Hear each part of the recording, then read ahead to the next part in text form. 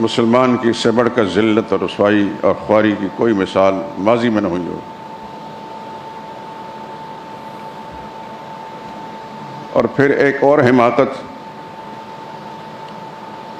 جس میں نام نہاد پڑھا لکھا طبقہ بھی شامل ہے، جاہل تو جاہل ہے ہی، اسرائیل مرد آباد، اسرائیل مرد آباد۔ ان جاہلوں کو یہ پتہ نہیں اسرائیل تو پیغمبر کا نام ہے۔ قرآن حکیم کے اندر 2 بار حضرت یعقوب علیہ السلام کے لیے لفظ استعمال ہوا ہے، کل طعام کان حلا لبنی اسرائیل الا ما حرم اسرائیل علی نفسہ۔ کسی بے وقوف نے، کسی احمق نے کسی زمانے کے اندر اخبار کے اندر یہ چھاپ دیا، جہالت کے ماری ہوئی یہ دنیا جو عقل و ہوش سے بھی محروم ہے، علم سے بھی تو ویسے نابلد ہیں، بس وہی کچھ لے کر اسرائیل مرد آباد، اسرائیل مرد آباد۔ یہودی مرد آباد کیوں نہیں بھائی؟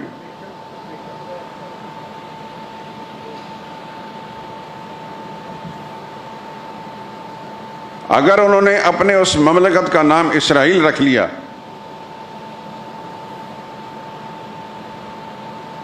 کل کو وہ کسی اور پیغمبر کے نام پر بھی رکھ سکتے ہیں۔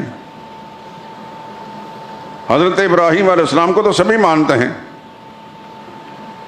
اگر کسی مملکت کے اندر ابراہیم کے نام پر مملکت بنا لیجیے تو ابراہیم مرد آباد ہوگا۔ اور مجھے حیرت ہے یہاں کا مذہبی طبقہ جو بے حسی کا مجموعہ بنا ہے، کوئی ایک بیان بھی ابھی تک یہ نام نہاد سیاسی جماعتیں بھی جو مذہب کے نام پر کسی ایک نے بیان نہیں دیا کہ کم از کم اس کی اصلاح کر لی جائے۔ وہ یہودی اسٹیٹ ہے، یہودی مرد آباد۔ ان خبیثوں نے، ان ملعونوں نے اللہ کے پاک پیغمبر کے نام پر اپنی مملکت کا نام رکھ دیا۔ تم ہوش عقل سے محروم ہو کر نبی مرد آباد کا اعلان کر رہے ہو۔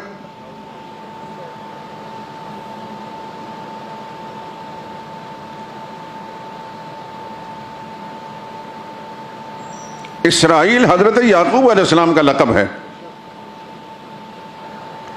وہ بنی اسرائیل تو ہیں، اسرائیل نہیں۔ قرآن حکیم کے اندر ان کو یا بنی اسرائیل، یا بنی اسرائیل کے نام سے مخاطب کیا گیا۔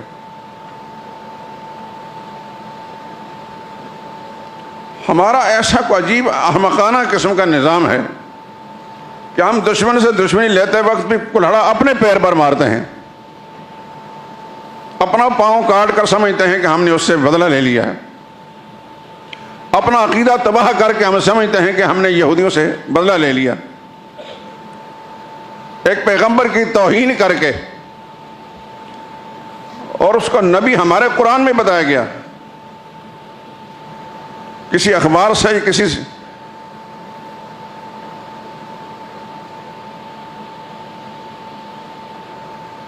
تاریخ کی کتاب سے انعام نہیں لیا، اللہ کے قرآن میں انعام موجود ہے۔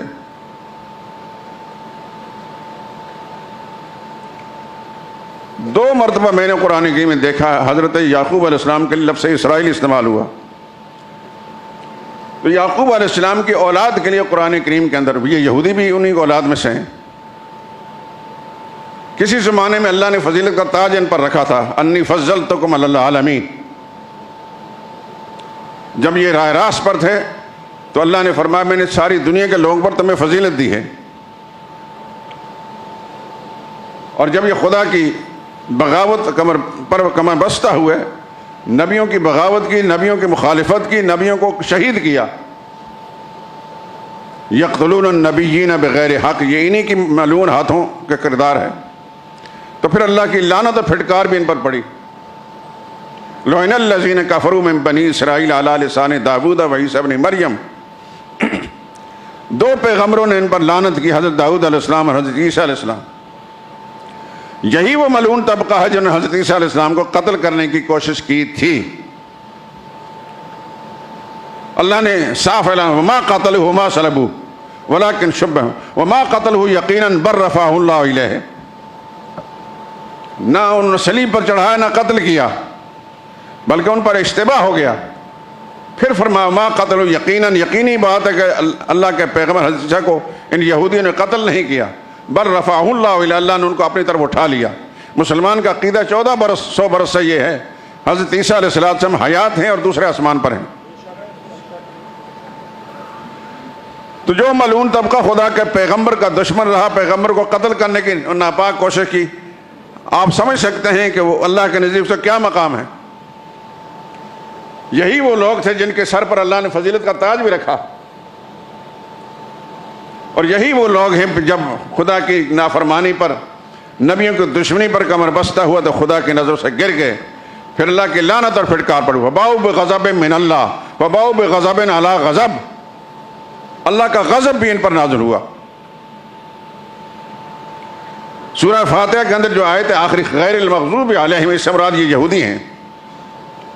یا اللہ ہمیں انعام والوں کا راستے پر چلا، ان لوگوں کے راستے پر نہ چلا جن پر تیرا غضب ہوا۔ یہ وہ مغضوب علیہ قوم ہے، غضب در غضب، اللہ کی پھٹکار در پھٹکار ان پر ہمیشہ پڑی رہی۔ لیکن سب سے زیادہ تکلیف دہ بات یہ ہے کہ قلیل تعداد میں ہونے کے باوجود بھی نام نہاد مسلمانوں کو انہوں نے ڈرا رکھا۔ یہ عرب کے منافقین، مسلم کہلانے والی حکومتیں بھاگ بھاگ کر ان کے ساتھ اپنے تعلقات کو قائم کر رہی ہیں، لیکن یاد رکھیں ہم زندہ ہوں گے یا نہیں ہوں گے۔